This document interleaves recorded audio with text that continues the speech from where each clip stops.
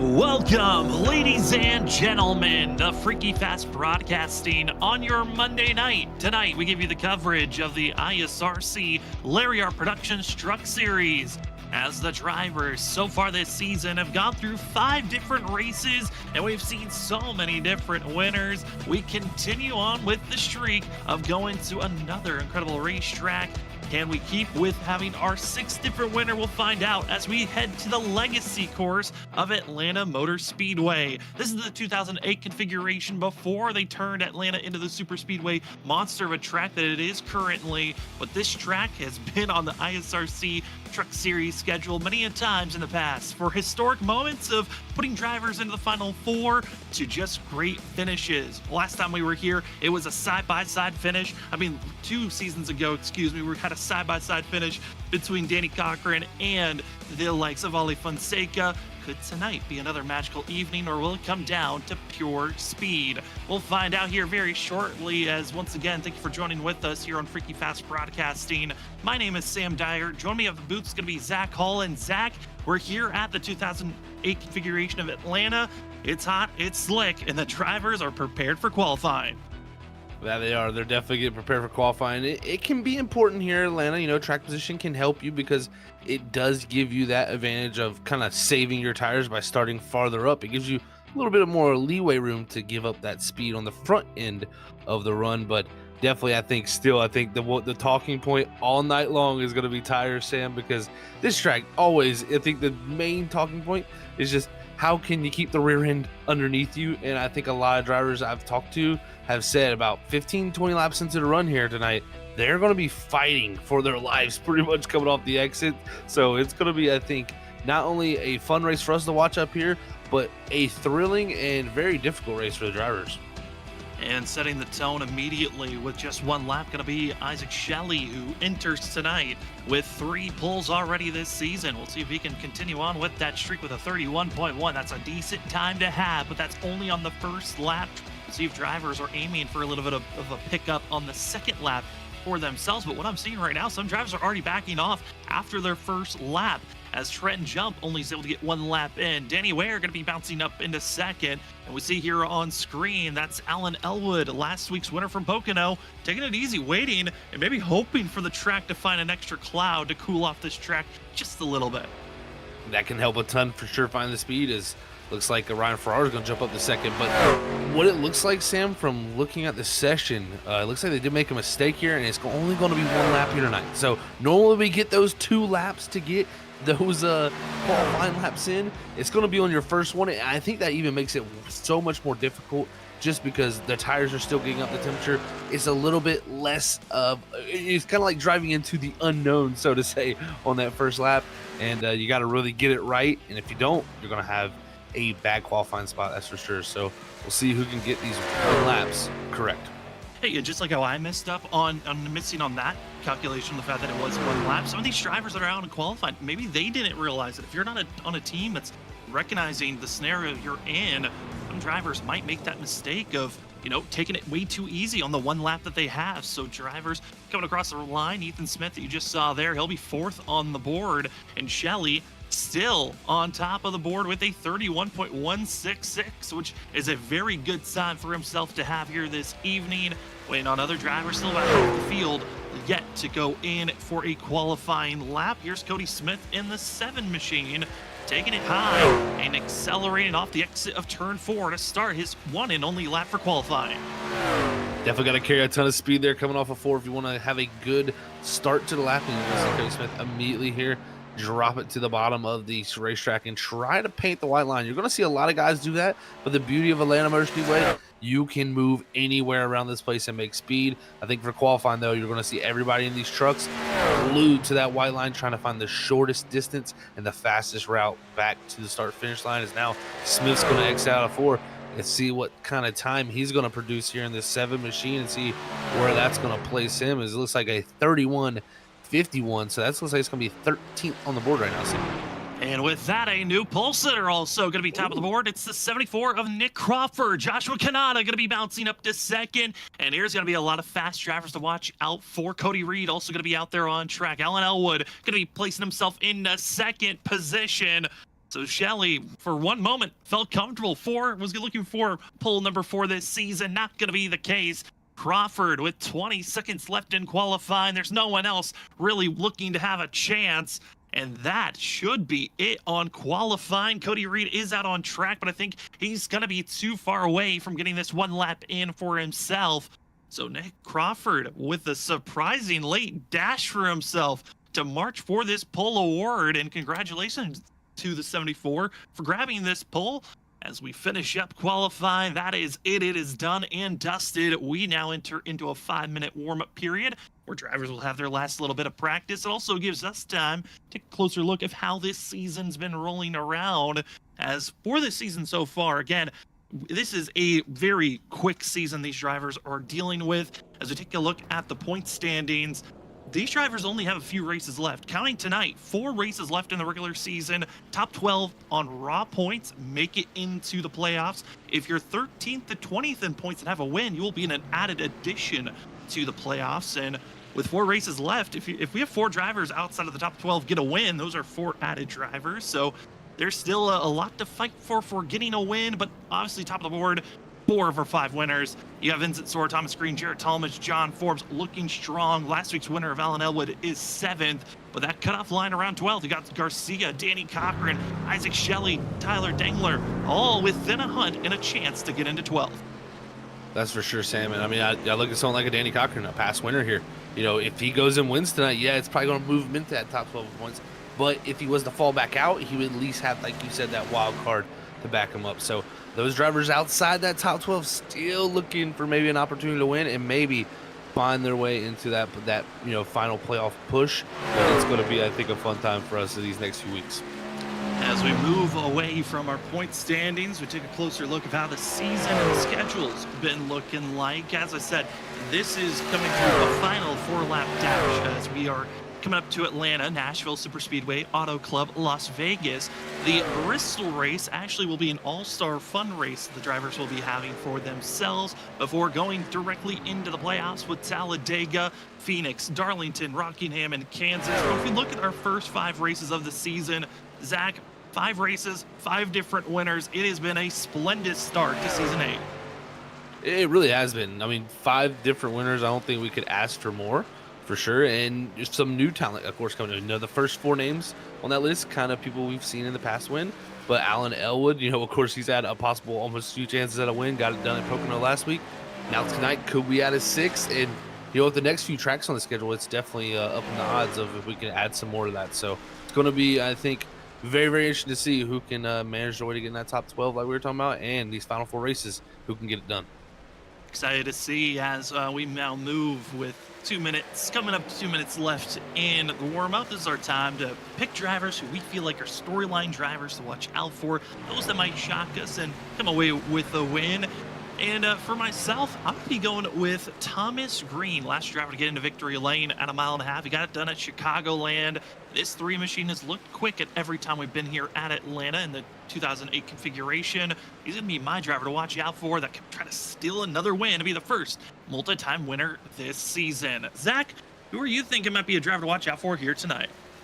I'm going to be going with the 24 of Ali Fonseca, Sam. I think Ali is on an upward trend here, guys. I really think this is the chance for him to get the momentum rolling in the right way for him. We saw 2nd last week at Pocono. I think here tonight at Atlanta, where he's ran good in the past, he could very well have a good opportunity. He's going to be starting far back, but he's got a chance. Got a good chance to watch out here tonight. And then our third member of our crew, want to give a huge thank you to every time he's helping us in the background. That's Robert Moyer Jr., who runs the production for us. He's going to be going with the 46 at Trenton Jump. That's not a bad pick at all. Jump has been looking extremely quick this season. He's been inside of the top 5, I feel like, every race, fighting up front. Tonight, though, it might be a survival tactic. We'll see if that 46 can get into victory lane. But Zach, tonight, 150 laps. In the past when we ran here, there was the stage break. I know that's been the big talking point for this season, is there is no more stage racing, no more stage bonus points to grab. But with 150 laps, what do you feel like the mentality might be for these drivers? Like you said, it's going to be all about tires here tonight. It really is going to be, and it's going to start from the drop of the green flag because, like you said, no stage break. You don't know how long you're going to go. So if you go out there and run hard here, you could be in trouble if we go 20, 30 laps green. You know, it could get into a real situation where that hurts you. And, you know, sometimes a stage break is that ability for a driver to gauge how hard they can push. So by not having that this season, it's kind of, I think, changed the balance of things and kind of makes that first run a little bit more important than it ever was because you really got to hit it right out the gate because a track like Atlanta, we've seen it before here in places like this, it can go green. It really can. It's gone with just having the stage yellow be thrown 2 times in the past. That was back in season 1 and season 4, where the only caution that was thrown that day was at the stage break. Driver that won that race back in season 1, it was a championship race. Vincent Sora got that win for himself. And then in season 4, it was Ollie Fonseca leading the most laps and taking the pole that day. But Trenton Jump was the victor during that run. The only race that we've had multiple cautions that really blossomed up into a concern was season 2 and season 5 with over 5 cautions for both of those races. So we'll see if we have a caution-filled eventful night or if everyone's keeping to their P's and Q's and trying to keep their vehicle pointed straight as much as they can here this evening. As the drivers are gritting up on the front stretch, let's take a look at where the drivers will be starting here tonight. Season 8, race number 6 at Atlanta is taking the pole award. Nick Crawford finding the speed. It might have been a little bit more of a more different qualifying than we've had, with it only being 1 lap. But the 74 found that quick pace, with last week's winner of Alan Elwood coming up in second to his outside. Row number 2 in third, it's going to be Joshua Kanata with Isaac Shelley. Back behind them in 5th will be the 8 of Noah Steele and Thomas Green in the 3 and 6. Tyler Dangler, because of it being 1 lap, found the quick pace. He'll be starting in the top 10 in 7th for the 19. A driver who's won here in the past back in season 2, Eric Stamp, will be starting in 8th position. Ethan Smith, as well as Ryan Ferraro, will finish out our top 10. Starting in 11th is the 35 truck of Danny Ware. Alongside him in the 50, it's going to be the 50 of Samuel Garcia. In 13th is going to be the 99 of Michael Miller with Trenton Jump alongside him in 14th. 15th is going to be the 77 of Malik Kuntz, with 16th going to the 7 of Cody Smith. 17th is going to go to Logan Brakey with my pick tonight here. 18th, Ali Fonseca. 19th is going to be Jesse Thornock, and rounding out our top 20, it's Martin Morales. In 21st, we found the 11 of John Forbes with Vincent Sora behind him in 22nd. Cody Reed will be in 23rd place with Jared Tolovich in 24th. Danny Cochran in 25th. And all of those drivers just noted on the fact of that he really didn't want to qualify. They wanted to see how they could work through the field. So this is going to be a tall task for them to see what the tires are going to be for the rest of the field. Behind them will be Nico Garcia, Joshua Stovall with Justin Smith in 28th. 29th, it's going to be Dakota Moniz with Justin Forbes, TJ Calloway, and Tyler Horn being our 32 drivers here this evening. 150 laps again, no stage breaks, no fast repair, and 4 extra sets of tires in pit road. The fuel window we were given was around 45 to 48 laps, but we're expecting tires to be more of the factor of when you enter pit road. When do you truly want to make that stop? Do you think about saving a set if we have a late caution? There'll be a lot of big moments to think about. But Zach, as we're rolling, I know that we have a feeling this race is going to be so impactful. We got a couple of drivers, though, have to be sent to the back. That's Ethan Smith, Nico Garcia, and one big news, Mark Labertone was being suspended for 1 race because he had so many incident points throughout the first 4 races of the season, first 5 races of the season. He's being parked for tonight's run. Also, we've got 5 drivers, technically 4 to watch out for, as they are doing what we call the MoCast 5. They were randomly drawn before today's race. Vincent Sora, Danny Ware, Nick Crawford, Justin Sipes, and Michael Miller are on the MoCast 5. Whoever finishes the head of all of their drivers that they're competing against will earn $10. If you're the driver that wins tonight's race, you can earn $25. So we got a couple of different incentives here tonight for drivers to watch out for that will be helping out with tonight's race. But as we get ourselves prepared for this takeoff, Nick Crawford, Alan Elwood going to be the drivers up front to get their launch and ready to go. It's going to be 1.5 miles of old asphalt that these drivers are dealing with. Tires are going to fall quickly. The track is warm and ready, as well as we are. It is round 6 for the 08 configuration of Atlanta. We are green for the ISRC Lariat Productions Truck Series. It's going to be the 4, the 74, roaring down into turn number 1. Great start here, but it's stacked up, Sam. Right now, you got Nick Crawford fighting to clear that outside line, but the 4 Elwood did a good job almost to stay alongside. The 74 will clear here. He's going to close the door down the back straightaway. Is this going to be single file for the first 2 spots? But it's Joshua Kanata trying to fight around or hold the bottom here to fight past these drivers on the outside. Trying their best, and now seeing some new drivers up front. It's going to be the big factor to watch out for. How is the likes of seeing the 7 of Cody Smith up front, Tyler Dangler, Eric Stamp, how well and how aggressive they're willing to be? Well, we're already being answered with 1. Stamp to the outside. He is using the grip early on, does not want to wait, and there's going to be a big change in mentality. Do you stay low, protect your tires, and just stay in line for the long run? Or do you be aggressive and take every position you can early?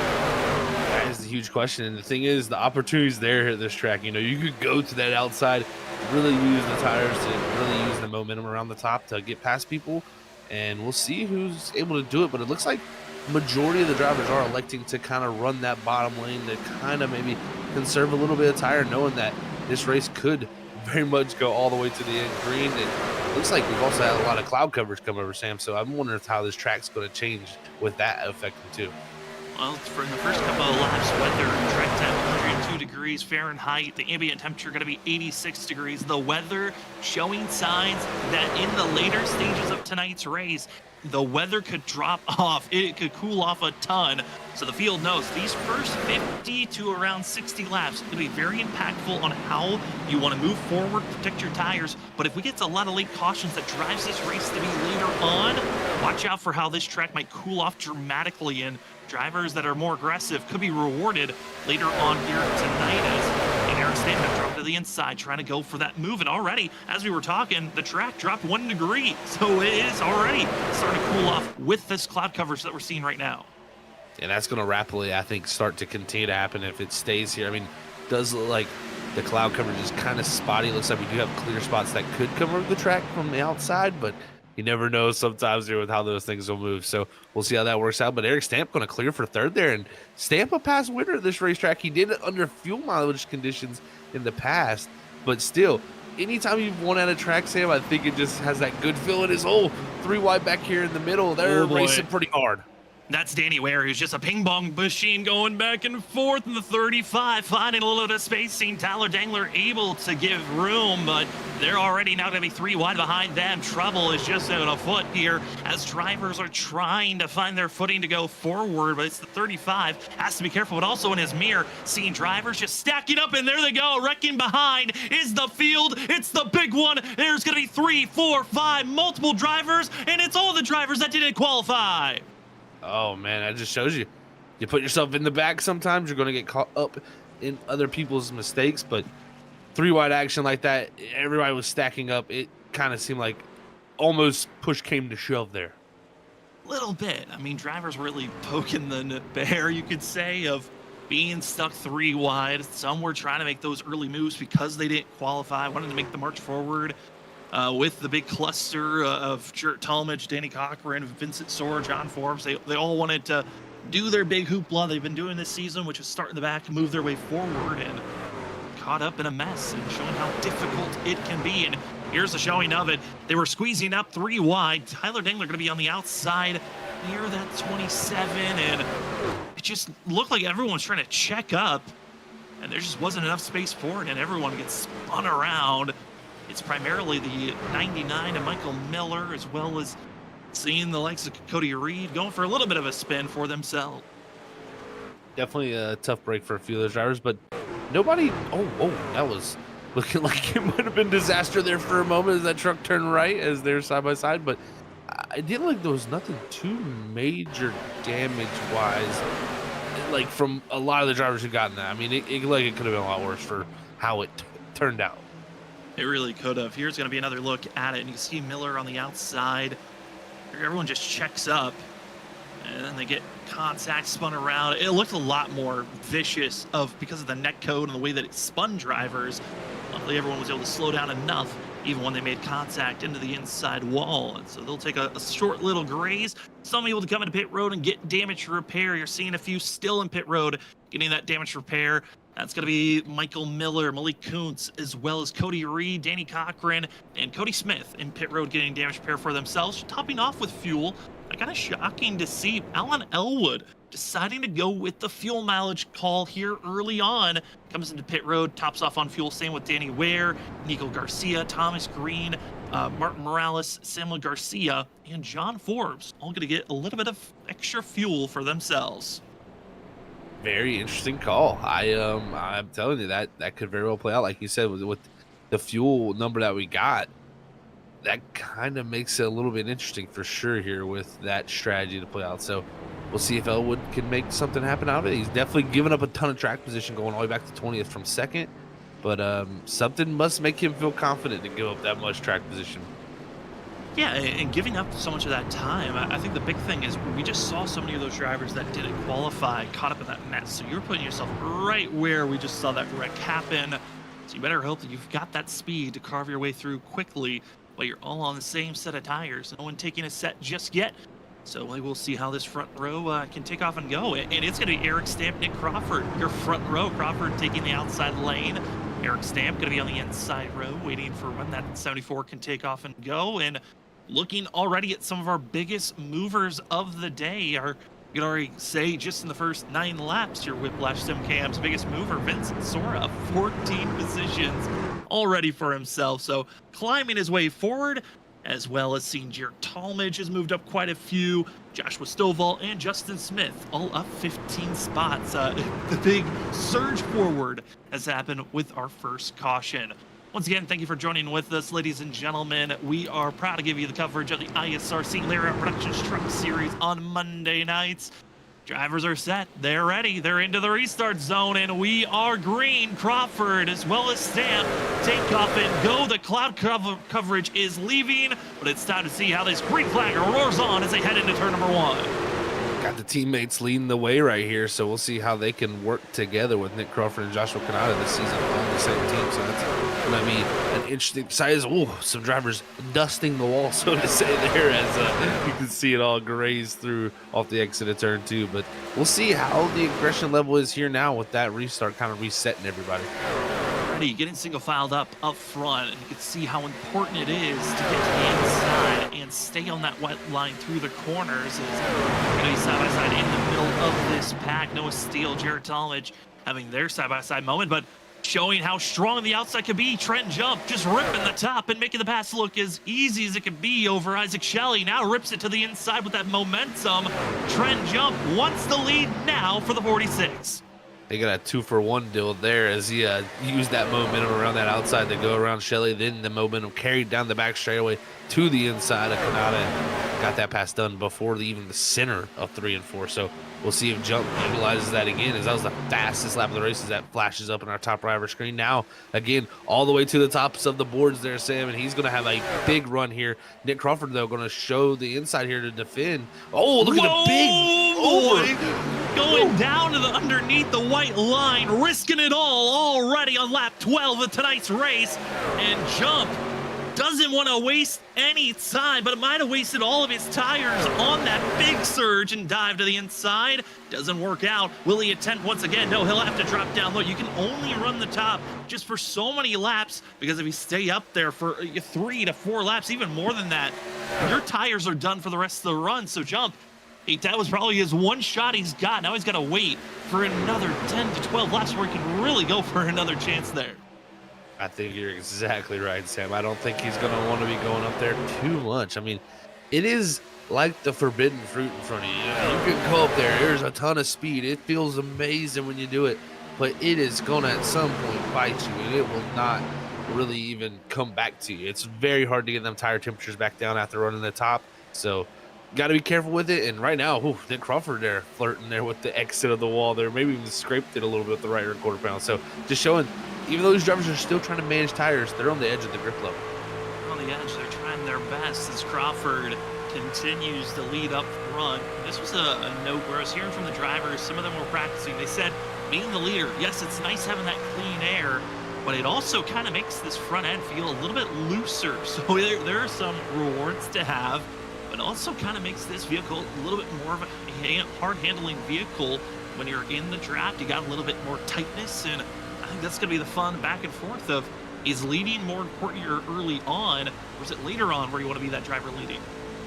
There's definitely situations, Sam, where, you know, the dirty air that we have here in iRacing, you actually want to have. You know, a lot of times the dirty air here mostly affects the front end of your race, you know, your race car or your race truck. It really makes you understeer, which other, you know, lingo of NASCAR makes you tight, pushes the car out towards the wall, doesn't want to rotate. And when you're here at Atlanta, the truck's really wanting to rotate a lot because the rear tires just really falling away, especially the right rear.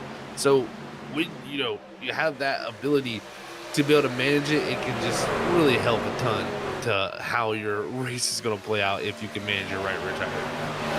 As Vincent Sora makes another pass for himself, now setting up to get inside of the top 5 of 15. Started in 22nd position, and after that first caution, grabbed a couple of extra positions, but this has been just pure raw speed. Speaking about speed, Malik Coombs with another fastest lap of the race. Now he's driving back all by himself as he was gotten all his damage repairs, currently 4 laps down. But Vincent Sora, Zach, being a part of a group of drivers that have kind of opted into most of this season, they're going to be starting in the back. How do you think that this driving through the field might be assisting those drivers? As you see the middle of the pack, Tyler Dangler, who's one of the drivers that's really lost a lot of time in this run.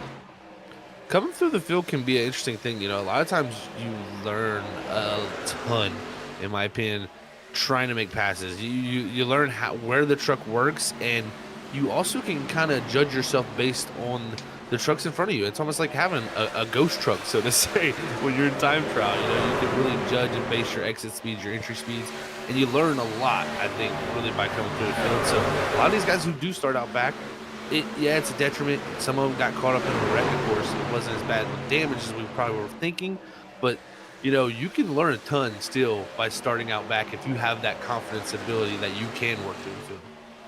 Trying to find their way forward as quickly as they can. Some drivers have done so very efficiently. Some are still going with the patient approach. Alan Elwood, part of the drivers, those that came in to top off on fuel, he's only gone up a few positions since this run has started. He's up to 20th place in the 4 machine. I mean, not showing any signs that it is go time, and I think that's a good sign if you're the 4, but he is running the top. So I'm confused and concerned on where the 4 is going to find this pace, but we do know that because he topped off, it's going to help him in the long run, or maybe turning this race into a 2-stop.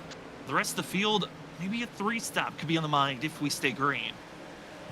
You know, I talked to a few drivers about that, Sam, even, and they were feeling like the 3-stop might actually be the route. You know, the 2-stop was just going to be, personally, not only with the fuel a little bit of an issue, but with the tires mostly the issue for a few. So we'll see who elects to immediately kind of go to that 2-stop strategy. It will definitely happen a little bit earlier, so to say, as John Forbes there trying to work his way back from that incident. Him and his brother there racing got a little bit loose, lost the momentum. Now he's going to try to reform that, but we'll see how this all works out, Sam. It's definitely going to be interesting when it comes to strategy, I think, for who wants to try that 2-stop versus, I think, the majority of people. We're saying that Crawford trying to jump, currently still leading the way. The middle of the pack is where the Hornet's Nest is currently, and some of these drivers going back and forth on how they can attack tonight's race. Do you want to be quick and efficient now? Justin Smith in the 45 just continuing to try to save his machine. Able to do so. Will stay on the inside. Loses a position to Thomas Green. seeing that grimace purple machine trying his best to stay on track. And I mean, Zach, you know better than I would. Ooh, these tires, when you're seeing a driver trying to catch you all the way down the backstretch, what's the mentality for everyone else or behind them that's trying to set up for a pass Nero? You know, it was a lot of times when you see drivers sliding around, a lot of times it's not like, oh, I can get an easy pass. It's like, how can I get by them without getting hurt, you know, or getting in an incident with them? And it can be difficult. You got to really judge. Like Trail and Elwood right here, you're stuck right up behind the 45. You got to kind of give a little bit of wiggle room there. If he does start to slip out, that you have that little bit of timing to be able to slip out. And you saw the 45. Look at him loosen the triangle here. If you're Elwood, you want to clear it. They did. Luckily for him, is the 45. I think struggling right now, like you said, with the tires. He's going to be just trying to get out of everybody's way. But it can be so important just to not get involved in someone else's messes. There's Justin Forbes. And we just saw Forbes get by Justin Smith. Instead, he gets right into the outside wall at the exit of turn 2. And heavy contact for the 97. And those tires, Justin Smith's been running the top. And I think he might have just lost any front grip on trying to make it through these corners. And he's really got to slow down to make it through. Big loss of time for himself. Went from being up near that top 11 position down to 27th. How quickly your day can change in a blink of an eye. Speaking about blink of an eye, look at some other drivers that are making their way forward. Logan Brakey in the 29. He runs in 9th. Noah Steele running in 10th. And also seeing Joshua Stovall, the fan favorite, now working the top. Will he get the 2 for 1 as he tries to muscle his way off a 4? This is a great little battle right here, and we actually even got a battle going on for the lead up front. Isaac Shelley, he surged his way now from the 3rd position up into 1st, and he has found his way forward. And look at Vincent Sawyer, he's also up to 3rd now. So the 78 here making the pass on the 74 just a lap ago. Now the 74 back to the inside here to make another opportunity here to race side by side. And I gotta say, this is definitely shaping up to be quite a good little bit of a run here already. 26 laps in, a lot of people sliding around. It's going to be tough to make a 2-stop work. And we've seen a lot of these drivers that are being aggressive again with the 3-stop mentality. If you're going to stop around lap 35, 40, you got to be trying to figure out the math. Okay, is there a perfect time in this race that I can finally attack and say, you know what, I'm giving up all of my tires for this run? And it seems like for some, it is go now. And it looks like also for others, they're being rewarded for being patient, moving forward slowly but surely. I mean, Alan Elwood just saw 2 drivers fall away. He's now moved up into 14th place just by being slow, methodical, letting other drivers use their equipment up sooner. You're seeing drivers being rewarded greatly here in just a 5-lap difference. And you really are. It's kind of crazy to say that 5 laps would make that big of a difference, but it does. It really just does. And we'll see how it's all shakes out after everything's said and done. But Tyler Dingler here in the Barbie machine trying to work his way here is now the 99 of Michael Miller, who Miller was caught up in that wreck too. So that's a good job by him. Actually, he's 5 laps down. So sorry, no wonder he's going around these guys here, Sam. You can see the difference. No, I think those are just straight tire difference for the 99 as he just rips the top and take off and go. But even if you're Miller, you're making these great moves, great passes, you're making the outside lane work, but in the next 3 to 4 laps, if you're not by all of this field that you're getting by currently, you might be snapping loose in the middle of all this. So you got to be careful as John Forbes gives a good shove to Tyler Dingler to muscle him just slightly ahead of the 4 of Elwood, and back off soon. And just going back and forth. Where do you feel you need to make a pass? And the 3-time champion John Forbes just waiting for his moment to go for these moves. He gets by Dingler, and here we go to the inside and try to go after Elwood. This is going to be a big move here that if he can get this done, this is important. Elwood definitely one of those drivers that he's going to have to be probably racing later in this race if he wants to win this thing, if John Forbes. But right now, these two side by side, just not going to be able to get that pass done on the bottom. It's tough to do that. You know, the outside has so much momentum here. It's tough to get the pass done unless that truck in front of you is really struggling. And here is some trucks that are struggling. Right now, Kanata, he's fell into the clutches of Jarrett Talmadge. You even got Trenton Jump. He's starting to slip back there. You can see him going fast early and running that top. It's really hurt him. Yeah, I mean, I would say the driver struggling most might be Nick Crawford, who is leading this race. He's now ventured to the top, where we see Kanata and Miller forcing the middle 3 wide. And there's the showing. We're going to see this a lot more, probably in the next 10 laps or more. We're going to be seeing those pit road changes, the extreme pace difference. Drivers on old tires to new, because for Miller, he's just about 20 lap difference from those that have not pitted yet to Miller, who pitted just about 9 laps ago. So there's a small difference on tires, but you can see there is a quick closing rate that has got to be in back of everyone's mind later on when the pit cycle starts. And one thing you brought up, Sam, is a lot of people when they start to struggle, it just seems like they have to go to the top. They really have no option to run that bottom lane anymore. And I think that even continues to compound the issue that you have to move to the top. So it's tough. I know that managing the tires sometimes here at Atlanta is a critical thing to do, but it seems like it's going to be the thing that makes the most difference here tonight. Is Isaac Shelley was a little bit under threat there from Vincent Sor, but he moved to the top and he found some speed. So it just shows you that maybe that top has a little bit more to it, but can you make it last is going to be the question, because even Vincent Sor now, he's moved up top. Yeah, everyone's starting to move to the top, and that is going to be a concern for those that if you don't feel like you've done enough to stick with these top runners, you need to stay on the inside and salvage as much, or you just use everything that you've got left. And the pit stops are very close here for this field if you're going for the 3-stop strategy. Now, those that topped off in fuel under our last caution being the likes of Thomas Green, as well as Alan Elwood, John Forbes, Danny Ware, Nico Garcia. Those drivers are their mark is lap 51 to 53. They have to try to push it that far if they want to turn this race into a 2-stop. Everyone else, I mean, they might be able to stretch it that far, but it is going to be a lot of fuel saving that you've had to do under green flag conditions with the assistance of the yellow that we had. As you see on screen, it's the 42 of Joshua Stovall. He's seeing everyone else behind, battling for 20th position. Stovall at one moment was moving forward, but he's fallen back to the clutches of Jesse Thornock, who's now going to make the pass, and Justin Smith, who might be able to move forward back into 21st place. Looks like some comers and goer actions definitely is going on here so far, and we're starting to enter that window, Sam. Like you said, 35 to 40. If you're going to be doing that 3-stop, that is right around the area that's going to happen. So we'll see if a few elect to start coming down here, but I do think with that caution being a factor, you might see people stretch it out a little bit farther, more close to that 40 mark for these 3-stops. So I think 40 pit road may get very, very busy here quickly. Eric Stamp noted on the fact that he won this race all the way back in season 2 during his rookie campaign in such an incredible way. It was a fuel mileage race that we didn't even think anyone could go as far as the 53 took his fuel and tires. Was able to do it and snuck away with his first career win. Won a couple of times after the fact, but Stamp right now fighting to stay inside of the top 10 as he's going to be having now Noah Steele getting by for 7. Trent Jump marching his way to get by his teammate, and seeing these drivers as loose and out of control that they have been looking right now. Zach, what is it like having your teammates around you, trying to maybe communicate to get by one another or work with one another in these type of conditions? At this point, it's almost like survival. So it's kind of tough to even, be like, I'll give you this, I'll give you that. You kind of got to just run your own race here, because the trucks are, I mean, you look at them. They're on the straightaways, literally stepping out sideways through the tri-oval. And when you're doing that, you're just trying to keep the truck straight. So I don't think there's really much teamwork that you can do, but definitely the biggest thing is just stay off each other. Don't make a mistake to ruin your other friends' night. So we'll see how it works out. But Elwood and Forbes trying to still continue their way forward. They've done a good job, and Tyler Dingler's kept latched on with them also.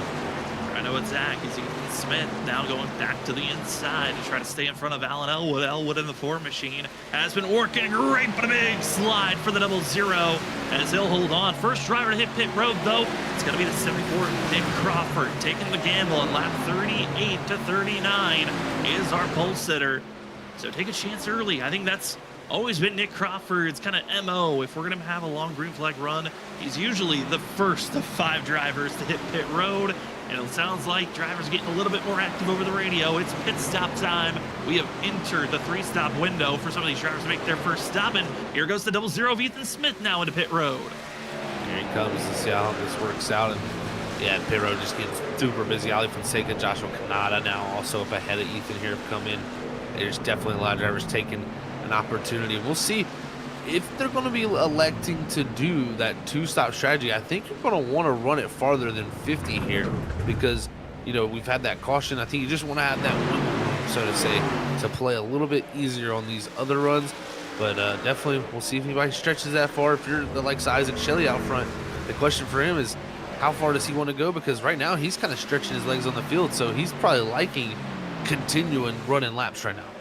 Yeah, I mean, if you feel like you can keep this pace of running the top, staying away from hitting the wall, you have to stay out. Like you said, there's a big advantage for staying out longer than everyone else, especially for those later pit stops. This is what you're getting rewarded by. And Vincent Sora now going to be hugging that white line a little bit more aggressively than the 98 through 3 and 4. That's going to shorten the distance just a little bit for Vincent Sora. Jared Thomas going to be running in third, and seeing some of these drivers that started in the back moving forward. That's Vincent Sora, Jared Talmadge. Both did not put a time in qualifying. They're set up to be one of our biggest movers so far in the first 42 laps of tonight's race. Haven't seen many more drivers hit pit road, but with the 5 that have already entered, this is that zone you got to be careful. Closing rate. We've already seen the likes of Michael Miller be just one driver getting through traffic. But if you've got 5, 6 drivers that are all on fresh rubber, they also have to be in the mentality of we are so much faster than the rest of the field. You have to be careful. As our first DNF of the day officially comes out, Tyler Horn will call it an evening as Dakota Moniz now goes to pit road. You know, we have these long green flag runs like this. This is usually, like you said, the opportunity for someone to have a mistake or something. There's a sequence of different tires. You know, you got guys out here on 43 lap old tires. You got guys out here on like 2 or 3 lap old tires. You run up on somebody the wrong way, they misjudge, and miscalculate it. It can be a big issue for both drivers. So this is a time and an opportunity. If we are going to see a yellow, it could definitely be at this point. And here's that gaggle that I'm talking. Watch out, here they are. Drivers that have been patient, those that are being aggressive. It is pick your poison zone. If you're going to pit stop now or wait until after lap 52 to 53, that's the zone that you kind of need to hit. If you're going to feel comfortable trying to push your fuel to the end of this run, maybe 52 if you're feeling it risky that you can stretch it even further than that. As Ollie Fonseca, fresh tires, he's got to whip it to the outside as Trent Jump stays low. And those are the quick, snappy moves that you've got to be careful, because especially there, that's the most dangerous place to be snapping the vehicle to the outside.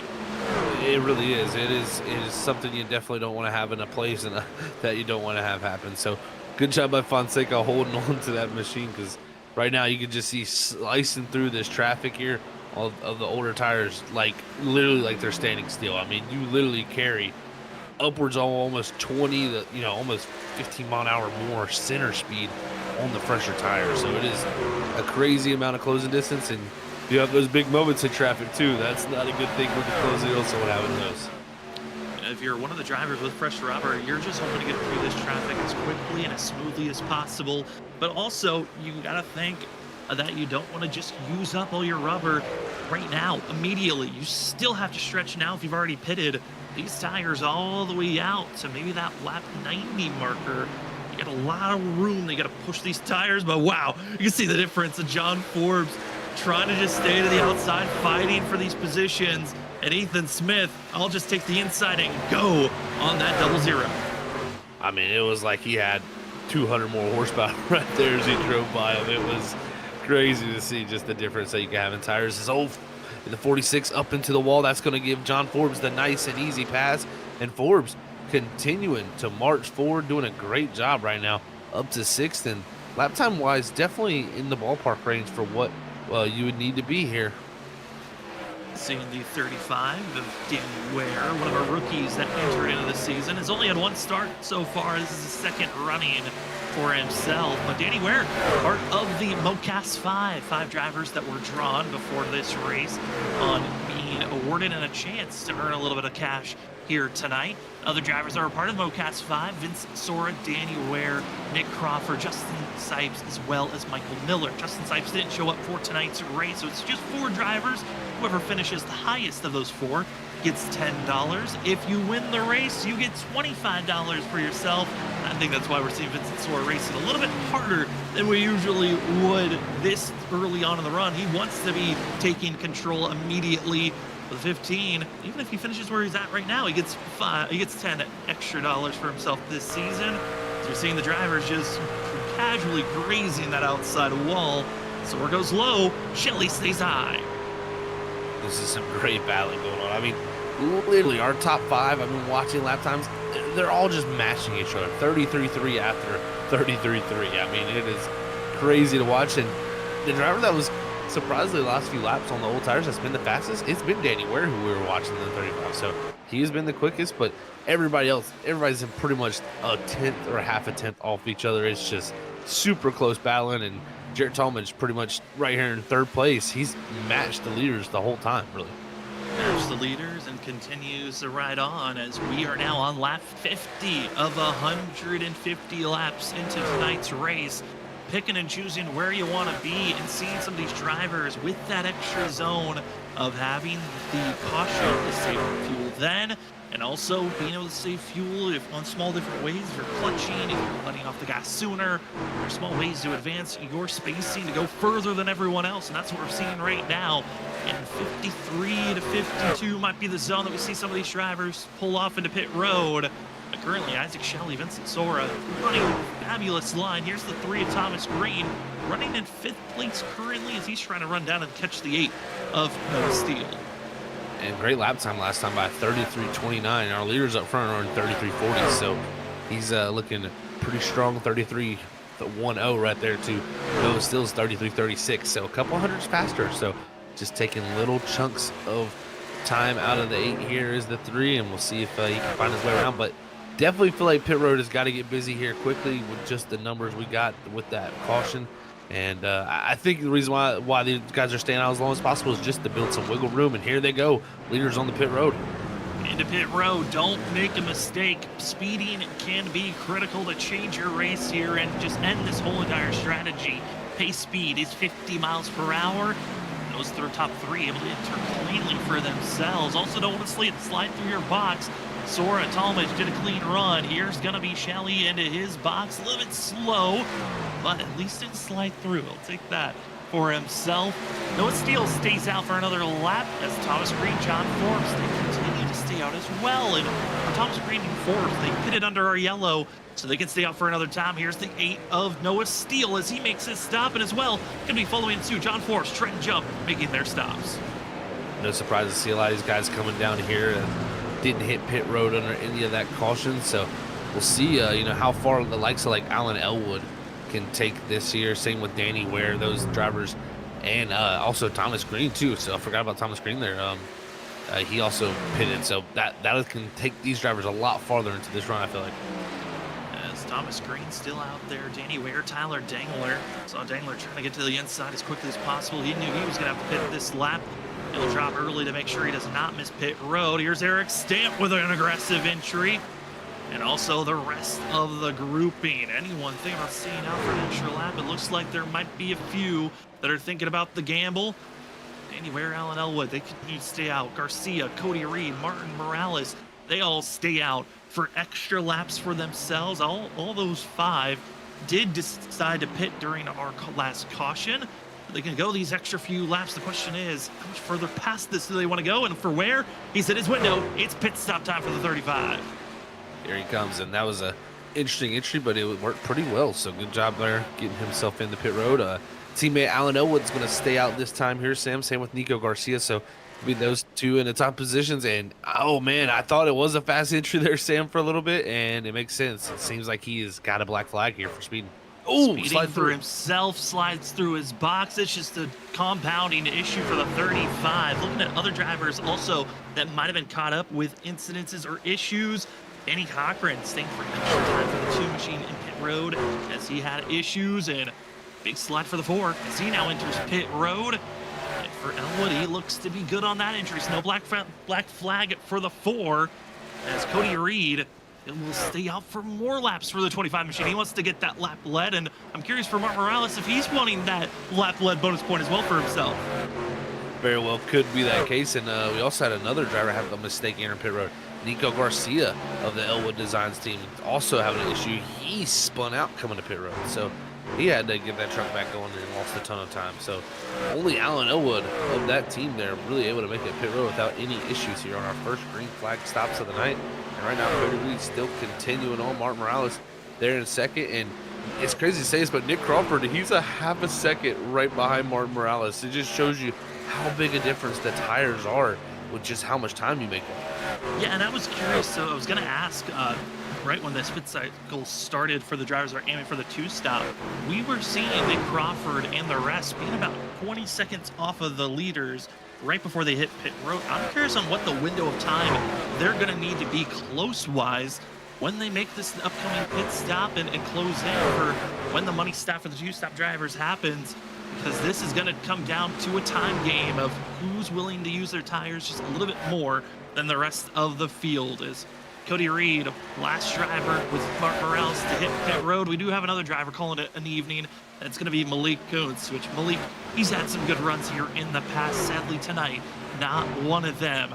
Jesse Thornton needing to go back into pit road. Looks like he's got himself a speeding penalty, as he'll have a 40-second hold. And Cody Smith also needing to go back into pit road. He is serving a 40-second hold as well. Cody Reed still out on track as they see Justin Forbes, excuse me, staying to the inside. 25 take off and go. And Zach, I mean, Crawford, he's now down to 2 seconds to Cody Reed. I mean, Reed's got to make a stop here shortly because he's just losing so much time. Definitely losing so much time, and no real, I would say, advantage with staying out any longer either. It's not going to put him in any other window for a strategy. And really the only advantage would have been if we had got a yellow flag there, but he's going to come now, and not surprised to see him go there because he was going to lose the lead here within a lap or two. So definitely smart for him to come to pit road, and Reed will hand it over to Nick Crawford now, as he's going to have quite a sizable gap back to Vincent Sora, who's the driver, I would say, on the freshest of tires compared to him. And it's going to be about 7 seconds. But the thing is, Sam, he's about a second and a half faster than Nick Crawford, too. Yeah, I was doing the quick math on what the difference is. It's about 17 lap difference between Crawford and Sora. So, yeah, like you said, it's going to be pretty quick when he gets caught up. I think this might be our time as we see Vincent Sora climbing his way forward for us to go side by side, because it's been a great coverage so far of tonight's race here at Atlanta from ISRC Layer Productions Truck Series. It's been Nick Crawford, your pole sitter, trying to stay up front. He's had challengers of Isaac Shelley, Vincent Sora, but we will see after this on who's the true contender to watch out for as we go to a side-by-side commercial break. We'll be back right after this with more Atlanta racing.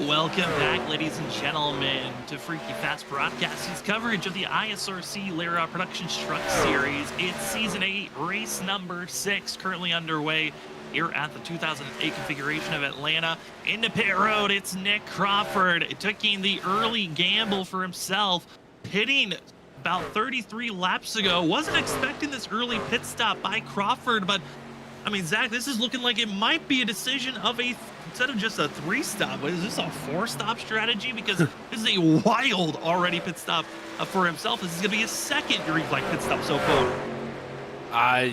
Yeah, that is, I'm kind of questioning because, if he continues on this trend here, Sam, he'll pit with about 45 to go. That would set him up for a pretty long run if you want to stick to the 3-stop, like you were saying. So it almost, like you said, would he be going to a 4-stop? But I feel like a 4-stop would just be so slow that, he's definitely got some interesting, I think, planning to do. Maybe he that run right there just felt like he used up the tires too much and was like, I got to do something a little different and maybe go a little bit longer on these next 2 runs and be a little bit easier on the tire also. It's Nick Crawford. He's always known for trying something off the wall than most. It's most of the time in the past, it's worked out for himself. Got a question in the chat. What is going on? Does Joshua Stovall have any damage? He has slight damage. It has been a rough evening for this 42. We had our caution back at lap number 8. And he took the decision to take an early pit stop, went to the end of the line, did not put in a qualifying time, and this 42 has been caught up in multiple different incidences. He's been put in the grass, he's been put in the wall, and currently is just surviving in 20th position, not looking like the best mile-and-a-half day that this UPS machine has had in his ISRC career. Again, survival mode for some, but I think also for Joshua Stovall, hoping that going off strategy might help him out, but he just doesn't look the same since those first 20 laps when he collected some of this damage that he accrued, and also just losing a lot of time with being put in the grass. For sure, it's a compounding of things, I think, and when those things happen, sometimes that can just throw you off your game just that little bit more, I've always said this, but racing is just even a mental thing. So if you're just having a bad night, things can just go the wrong way, and it just seems like you can never get out of that hole. And I think that's unfortunately what has played out for Joshua here tonight. The thing I will say maybe he has a little bit going for him is it seems like he's got fresher tires than a few of the drivers up ahead of him, so maybe he'll be able to work his way past a portion of these drivers and get himself up maybe in the top 15 before the night's said and done, or never know, maybe a top 10 if we have some yellow flags. But anything's possible as now. You see Fonseca, he's going to be going to his second pit stop. He's going to be exiting pit road. So not as aggressive as Nick, but still, I think on the aggressive side for a stop there. Yeah, I was thinking lap 90 might have been the window that some of these drivers were looking for. Maybe even 85 was a short end. They were going to go for a 3-stop strategy call, but also into pit road going to be Joshua Kanata. So it's looking like a whole team effort from Cannon Fire Racing on what they want to go for a team. As Ollie Fonseca closing in on Trent jump, looking a little bit skewed out as he exits out of 4. And there's that closing rate of fresh tires to old Trent jump. 24 lap old tires to freshies that this 24 just put on. Able to survive for now. Deep breath and a whoa down moment as Ollie can take off and go. Also seeing a couple of other drivers leaving pit road. But we haven't done our first half of the race is completed. We're gonna have a tie on the drivers that are a part of our Whiplash Sim Cam's biggest mover. Here's one of them, tied for 21 positions gained so far. A group of drivers that decided not to put down a qualifying time. Starting 24th, Jared Talmadge currently runs in 3rd. I mean, gotta say, what a run for himself. This 27 machine has had probably one of his better starts to a season we've ever seen Talmadge have. And the other driver who is a part of the tie with our, again, Whiplash Sim Cam's biggest mover of the first half of this race, Vincent Sora, our leader currently, who also is part of the MoCast 5 drivers, trying to get a little bit of extra cash. If he wins here tonight, we can see the traffic in front of him. Zach, this is not a comfortable position for the 15.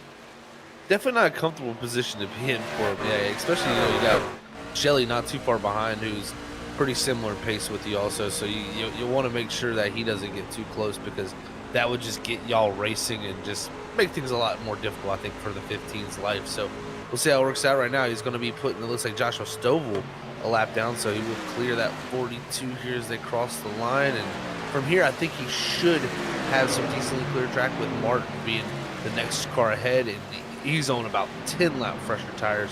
So I think Morales will have enough pace here to kind of get away from the 15. You're gonna hope for that, but it looks like for that 91, a little loose out of the exit of the corner. We'll see if he can find a little bit of tameness as this run goes on. We're now entering the zone. We're expecting a lot of those drivers that were marching for a 3-stop strategy here tonight going to be making their stops. One of those is Ryan Ferraro in the 10 machine. He's going to be making his stop currently. Now look at some of the other drivers that are out on track that are aiming for the 3-stop. Ethan Smith, who runs in 9th. He's going to be one of the last drivers for the 3-stop strategy to make a stop for himself. And I think that's shocking. There were about 8 drivers going for the 3-stop strategy, and Ethan being the last one out there to make his second stop of the day on lap 82. I mean, Zach, this is not the zone I was expecting to see for the 00 or for the rest of those drivers. Yeah, it is weird. You know, when I was thinking about the 2-stop strategy with the yellow they had, I was thinking around 85 would probably be that second range window for a lot of these guys. I would see 90 on the more farther end of kind of stretching that, but you know, a lot of these guys went very, very early. I mean, Nick Crawford, I think his was lap 72, so it was on the very aggressive side of things for him for sure. So we'll see how the strategy shakes out for him. But at this time being, just the way I'm looking at the placement of, you know, Nick Crawford right now, 25 seconds to say behind Vitsora. I think the 2-stop strategy at the end of the day, if you can make it work, it seems to be the better route. And for Ethan Smith, he enters into tonight 21st in points. No top 10s, no top 5s. Looking for a way to change his season around as he entered this evening 21st in points for his quote-unquote revenge tour season. That 00 needs a good finish. He wants to make the chase and have a chance to challenge for the Season 8 championship. Jared Talmadge talked about how good of a season he's had to start the season off. Enters tonight 3rd in points. 4 top 5s, 4 top 10s. Looking to get his 5th of the season top 5s and top 10s marks. A chance for 2nd. He runs just 2.6 seconds off the leader. And Jared Talmadge, I mean, I feel like when we saw Talmadge, Thomas Green, and the whole entire Planet Sim racing team join the ISRC Truck Series, kind of crazy to say, all the way back in Season 2, it was Thomas Green that kind of overshadowed Jared Talmadge at times. And it felt like we were more so talking about the 3. But over these last few seasons, with the return after a few season hiatus, it's been the 27 that's been the shining star of the team as he continues to run well, just one position up of Thomas Green currently. I can't agree with you more, Sam. I think Jared Talmadge's kind of evolution as a driver really these past 2 seasons of ISRC, and even I've seen it over on Wednesday nights, of course, here on Freaky Fast at WSSR. The guy is really... I think the biggest thing I've noticed about him is not only does he, you know, continue to have the speed that he had from the past, his consistency and his just, you know how to get a good finish out of a race just seems to be so much more complete than it used to be. It seems like he used to run good and have, you know, bad days to end up. And now it seems like those running goods are ending up in good finishes too. So I really like the evolution from this 27. I really think this season he could really be a threat for a title. Not to overshadow Thomas Green. I mean, Thomas Green is second in points. It's been, like you said, been a great evolution for watching a driver grow. And that's been the fun thing. We've covered the ISRC Truck Series since the inaugural season. And it has been a pleasure to see a lot of drivers that at one moment we would say were Wreckfest drivers grow into winners, grow into championship contenders. And Thomas Green, it has been a pleasure to watch you grow as a driver throughout all these seasons and years on the sim as these drivers getting prepared. For Ethan Smith, he's looking to make his stop here very shortly. But for the rest of the field, we're on lap 88, that'll be 89. Zach, if you are going for the 2-stop strategy, we know you have to be past lap 100. It would feel like is that zone would feel the most preferred to make your final pit stop for those 2-stop drivers? You know, the question a lot of those drivers have, I think, is how good are they on fuel? Because I know Vincent Sora and the likes of him, he went all the way to around, I believe they hit pit road on that 52 marker. My thing is, you're gonna want it, you know, and that was with a caution too to help them get to that point. you're going to want to stretch it as far as you possibly can here, because if you start having to pit, say, a lap before 100, you could run into issues of fuel. So we'll see how that works out. I mean, that 52, going to 52 does help these drivers because it can make it, 48 or sorry, 49 laps on each of those runs. But you can see Vitsor sliding there. It's still, I think, on the edge for the fuel. They got to be very, very careful, especially with running the top side that longer distance around the track with more throttle time. Gotta be careful. It's Sora to get by Morales. He's Cody Smith and a few others. Ethan Smith over the radio saying that he's going to be pitting this time for the 00. So he makes it to 91. That was kind of my original zone. I thought we were going to see some of these drivers march with. Again, you don't want to get a black flag for speeding on pit entry. Your number you're looking for, pace speed, going to be 50 miles per hour. And for Ethan Smith, pulling away from 7th position into pit road.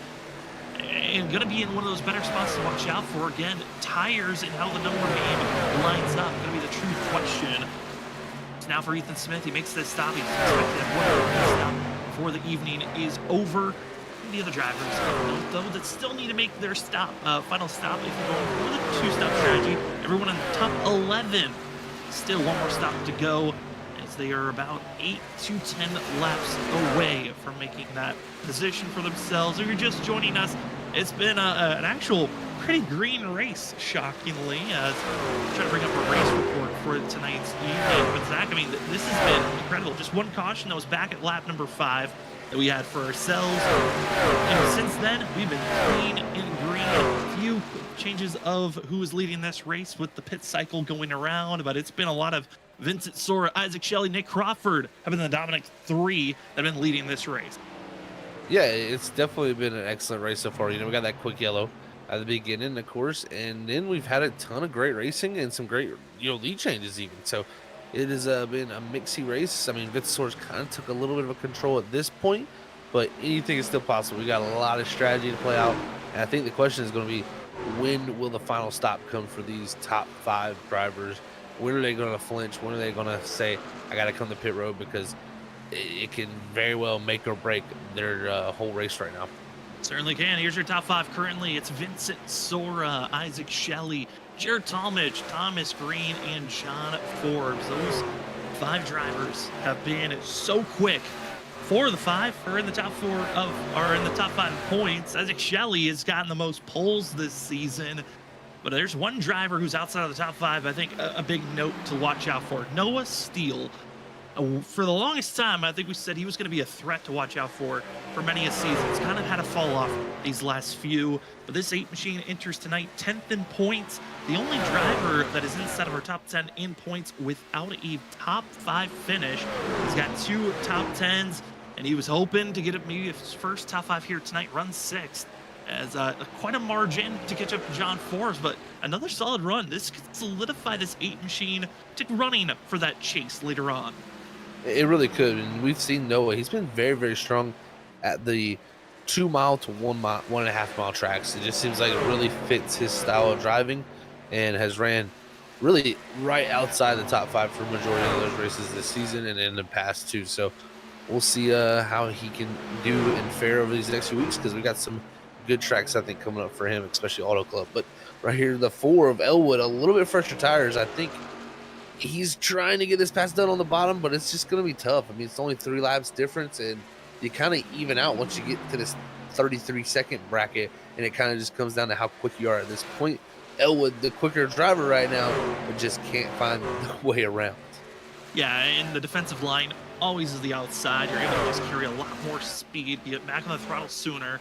You carry more momentum, and it's just helping out this 8 to hold position. But it looks like for Elwood, really diving it down into turn number 1, slides in front of the 8, will Steele do the crossover. It looks like he'll stay in line.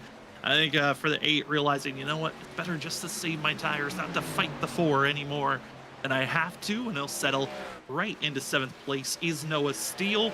Behind them, Trent Jump. I mean, this 8 machine, in 8th place, the 46. We've seen him hit the wall, graze the wall, and is still running inside of the top 10. I know he's part of this grouping of drivers that are still waiting to make their final pit stop of the day, but I gotta give kudos to this 46 machine for still attempting the outside and still fighting as hard as he is currently in 8th position. for sure. You know, at some point, you know, a lot of drivers will just say, "Man, this is just not working." But Trenton is staying with it, and I mean, yeah, he's loose, and it's a lot of sliding, but it's still going to equate to some decent points night for him. So he's definitely still in the running for that top 10, and has about a 3-second gap back to Tyler Dingler, who is a little bit quicker with about a lap fresher tires. So, and I think the other concern would be is the next car would be Cody Reed, who's got some of the freshest tires on the track that you know, hit pit road the latest of that first time.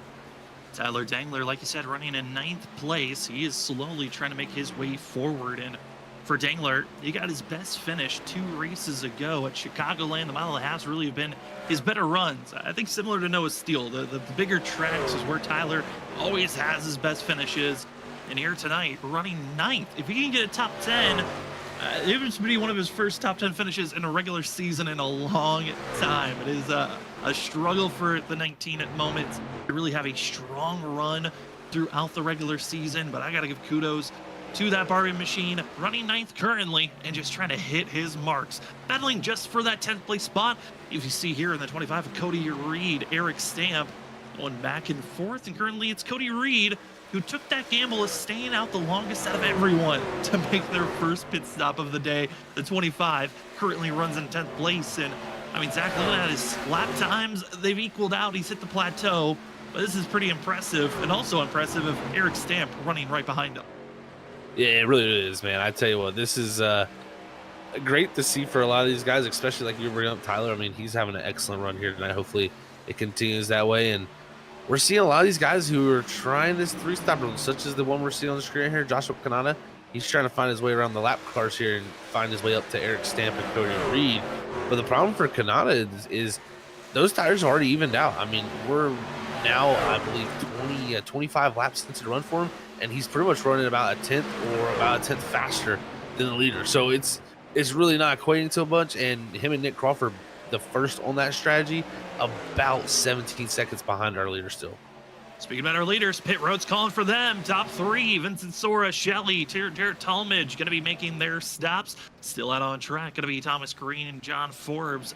Going to be seeing also Alan Elwood staying out on course. It's around that 103 marker, and this puts them just outside of the zone to make it to the end of this race. And with this gamble, they're hoping that this race stays green to the end, because if we have a late caution, that could really change things up also, which Atlanta has done in the past. Late cautions with 50. Oh boy, oh, big slide for John Forbes, what keeps it pointed in the right direction.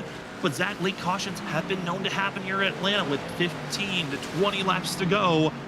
That's when drivers overdrive and find mistakes for themselves. And we also had some big mistakes here. As you see the 4 on the screen, Alan Elwood, he's going to miss pit road. So saw John Forbes getting there a little bit sideways. Elwood couldn't get it slowed down at all, so he's going to have to go back around, and that's a tough break when you slow down that much. As we got some smoke up ahead here. Is Danny Cochran, I believe that was. 2 machine of Danny Cochran. Oh, no. Big slide for himself, or actually he was in front of the 2 for the Justin slide Smith. It was way ahead, actually. So, yeah, Justin Smith on new tires lost it off of 2, and I mean, he left a smoke show off there, and yeah, definitely. Luckily, we didn't have no yellow. And it was actually from contact he made with the 18 of TJ Calloway. Drivers that are racing for last, irritated eventually between themselves, but no caution is thrown, even with the scary smoke, as Danny Cochran currently runs 3 laps down, cut up in our first caution of the day. He had a lot of repairs he had to get done. And unfortunate for a driver who's found great success here, winner of the season 5 race with an incredible run between himself and Ollie Fonseca, who had a dazzling side-by-side finish to take that victory. But here tonight, going to have to settle for 25th, maybe a couple of more positions if more drivers have issues. More pit stops are underway as Tyler Dangler, Thomas Green, they make their stops. Cody Reed currently leads here right now. Reed's done a really good job here of trying to make up the time that, you know, with those fresher tires, and we'll see what his strategy equates to. How long will he go this time? We saw him take it really almost all the way to lap 60. So, I mean, technically he could go all the way to 110, in my opinion, that we've seen, because we've seen guys go about 50 laps here tonight under green flag conditions. So we'll see how long he takes it, because from here, it'd be about another 5 laps, but just giving up so much time, I think Reed might need to come in sooner. Looking at teammates again, Joshua Kanata, Nick Crawford pitting 5 laps sooner than Kanata, hasn't been able to run him down. It's about a second difference between them. Crawford, though, rips to the top, and we know that pit stops are calling for this 74 here shortly, as he's about 35 laps into this run. This has been his usual zone of when he makes his pit stop. Does he want to stretch it out further to make sure that that last run is 35 laps? Cody Reed still leads the way, just about a half a second over Joshua Kanata, and Kanata looks quick. It's going to be that chase to the end. The drivers that went for the 2-stop, they've made their bed. They're laying in it. They're waiting for those that complete these 3-stop, potentially 4-stop strategy on how much time do they need to make up before this race is over to potentially steal this race. But if you're Vincent Sora, I mean, you're feeling comfortable because you're only 8.5 seconds off of Cody Reed. Just a minor difference of about, 7 seconds, 6 seconds to Joshua Kanata, 5 seconds to Nick Crawford. Sora looks to be in the way more preferred zone at this current moment over the rest of the field. He really does. I think that this strategy just seems to be by far the best way to go. I mean, we'll see how it works out, of course, for the others, but I just think this strategy had the least amount to gamble, especially because you make the least amount of pit stops, but also it just makes sure that you have to be efficient with the tires. And I think if you can make it that full distance and be, on average consistent and quick, it's just going to always beat out that 3-stop strategy that you have to make a full pit stops time. Well, it's the race to the end, and we're coming up to 40 laps to go. For us in the booth, I think this might be the perfect time for us to take our final commercial break of the evening. It's been a pleasure to give you the call here at the 2008 configuration of Atlanta. Race number 6, only one caution. Will we see a late one, or can we stay green to the end? Which strategy is the better one? 2-stop, 3-stop. We'll give you the answer when we come back after this side-by-side coverage, so you don't miss a thing. We're proud to give you the coverage again of the ISRC Lariat Productions Truck Series on Freaky Fast Broadcasting. We'll see you right after this.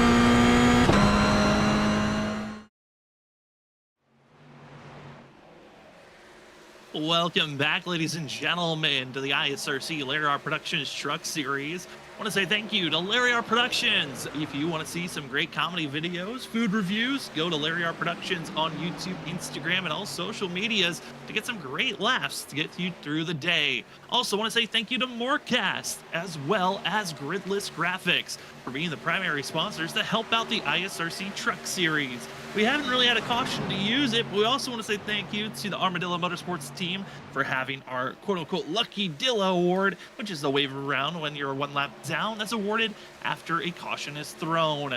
As tonight's race, it's been a fun one to call. We've only had one caution that was all the way back at lap 5 here this evening.